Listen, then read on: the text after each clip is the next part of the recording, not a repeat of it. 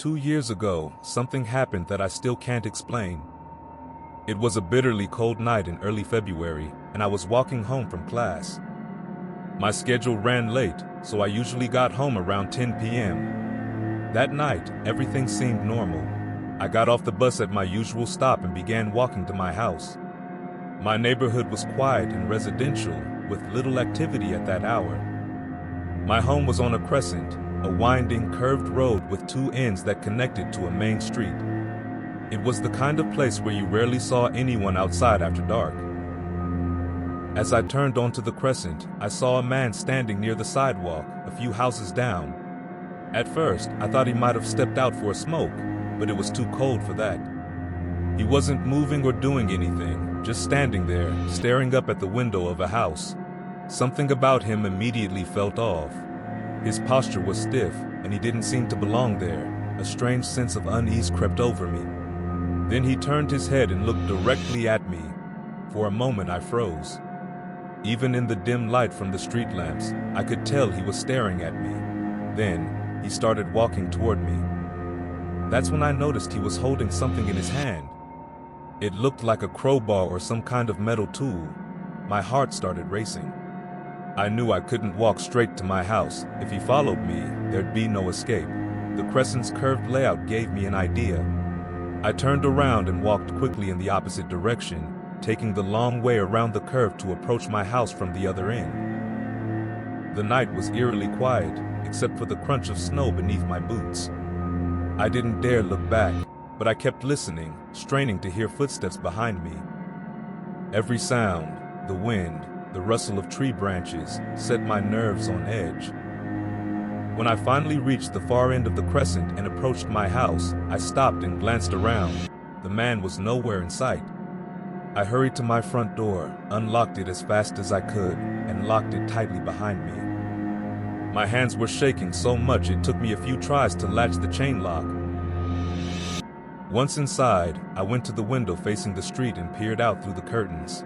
The road was empty, and the man was gone. Even now, I can't shake the memory of that night. Who was he? What was he doing? And why did he start coming toward me?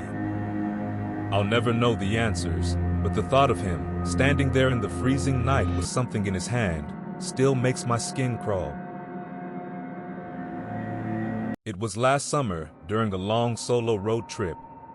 I had been driving all day, hoping to reach a small town by nightfall, but the winding roads slowed me down. By the time darkness fell, I was far from anywhere familiar, with only the occasional car passing by. Around 9:30 p.m., my fuel gauge dipped into the red. There were no signs of a town nearby, so I was relieved when I saw a gas station sign glowing faintly in the distance. It sat just off the main road, surrounded by thick trees.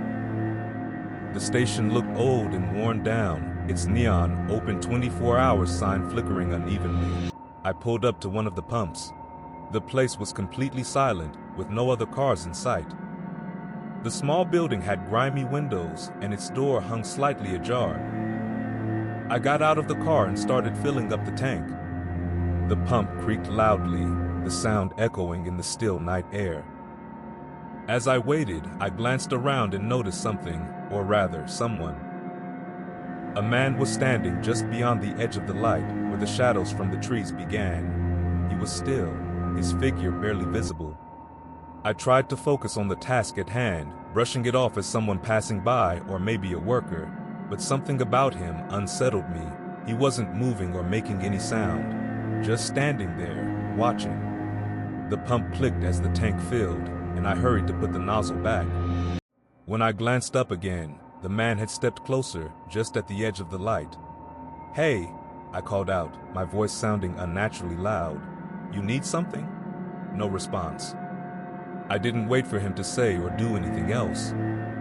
I jumped into my car, locking the doors as quickly as I could. The man didn't move but stood there, his face hidden in shadow. I started the engine and reversed out of the spot, my eyes flicking between the rearview mirror and him. As I turned back onto the main road, I saw him step fully into the light. He wasn't carrying anything, but his presence was wrong, like he shouldn't have been there. When I glanced back one last time, the station itself seemed to change.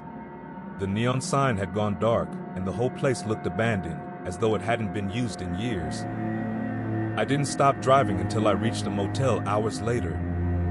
I didn't tell anyone what I'd seen, figuring they'd just laugh or say it was my imagination. But to this day, I don't take chances. If I'm on the road at night, I make sure my tank is full well before the sun goes down. I moved to this new home a few months ago, a cozy place on the edge of a small suburban neighborhood. It's quiet and peaceful. I had been settling in, trying to get used to the area and the people. Not far from my home is a short trail that cuts through a small forested area. It's only about 1 kilometer long, but it's just the right distance to take a peaceful walk in the evenings. It was a Sunday evening in the fall, just after 6 p.m. The weather had been nice all day, but the sun was beginning to set, casting a golden light through the trees.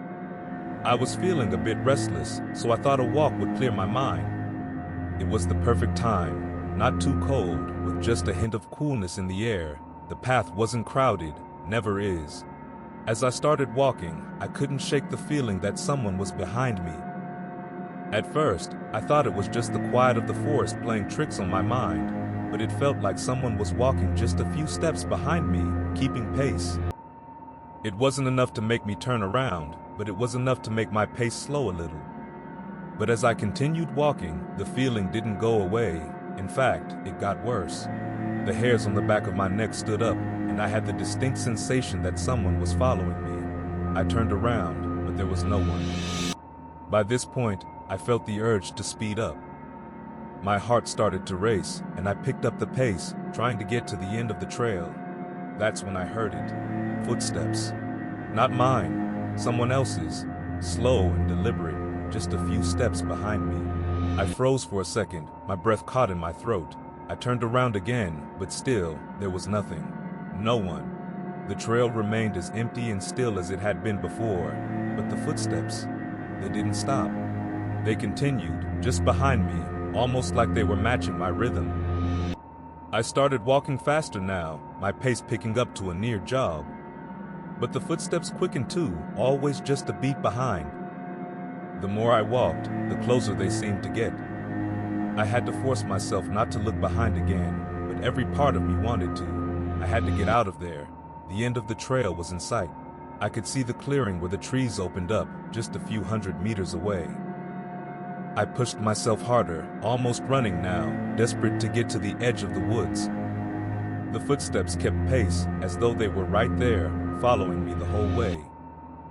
I finally reached the end of the trail, and as I stepped out of the woods and back onto the road, the footsteps stopped. Just like that. No more crunching, no more shadows. I glanced over my shoulder, expecting to see someone coming out of the woods behind me, but there was no one. The path was empty. My heart was still pounding, and I couldn't shake the feeling of being watched. It didn't make any sense. There had been no one there.